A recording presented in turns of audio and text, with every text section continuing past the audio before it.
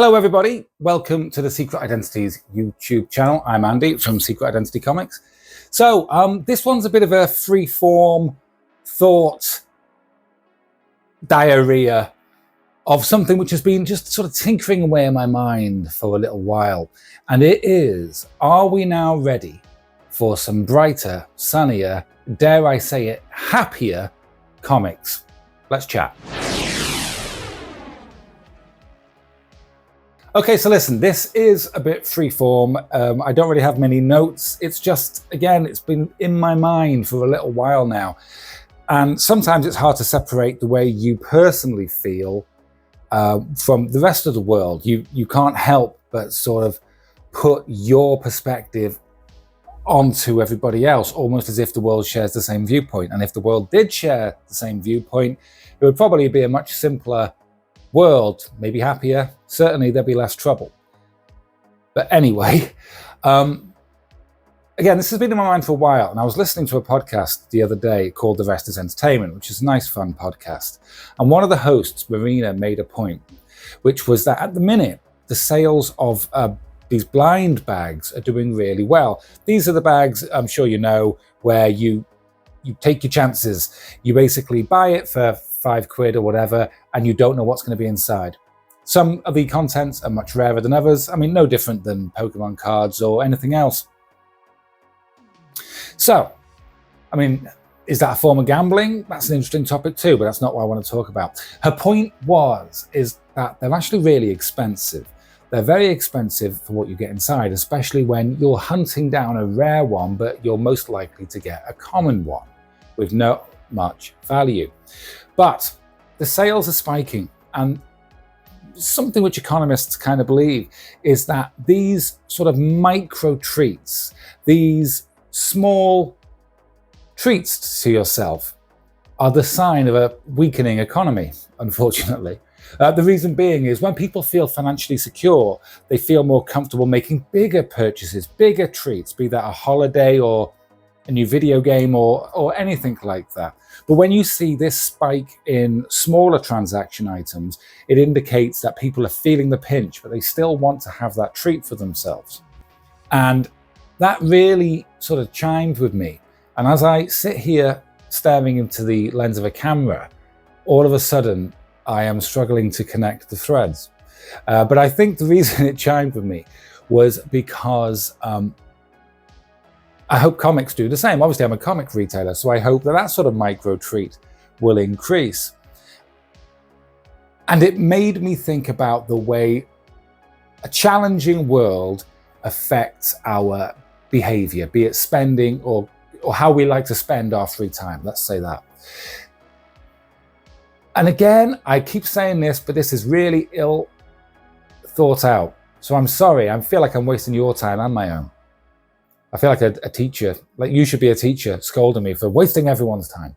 Listen, one of my favorite films, in fact, my favorite film is RoboCop.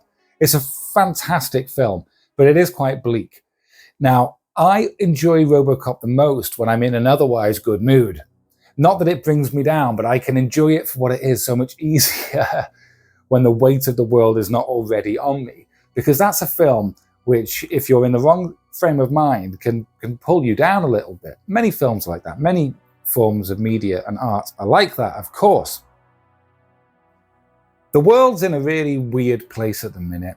There's war. There's just rampant corruption. At least, I'm not trying to get political. That's not what this channel is about. But from my perspective, I personally see the world being awfully corrupt now, and bold-facedly as well, which is even worse, where many people are being pooed on from a great height, and the people doing the pooing are barely even concealing it anymore. There's war, there's economic uncertainty, there's AI coming in, which is just fracturing all our understanding of the way work, society, everything works. And we don't know yet if that is an over-the-top Terminator 2 type dread, or if it's based in a very real reality, which we need to be cautious of. All of which is to say, I really have enjoyed the recent Supergirl and Superman Unlimited comics. I'm not trying to sell those. I'm just trying to say that sense of light and possibility and hope, all of a sudden I craved for.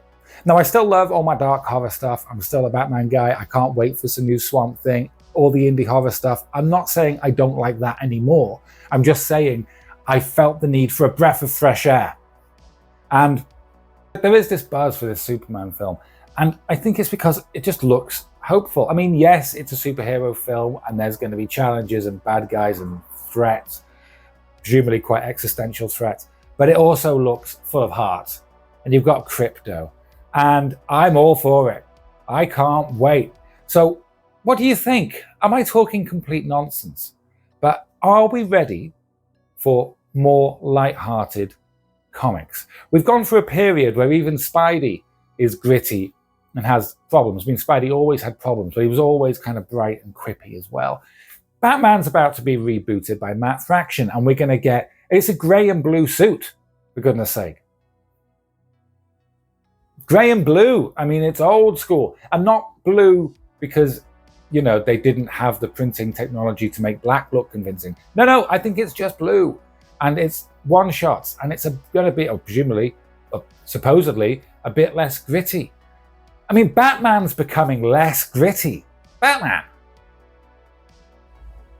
I'm all for it. I'm game. I'll give it a go. So, what do you think? What do you think of this ill-informed ramble? Are we ready for more cheerful, there's a word, cheerful comics, as well as the darker stuff?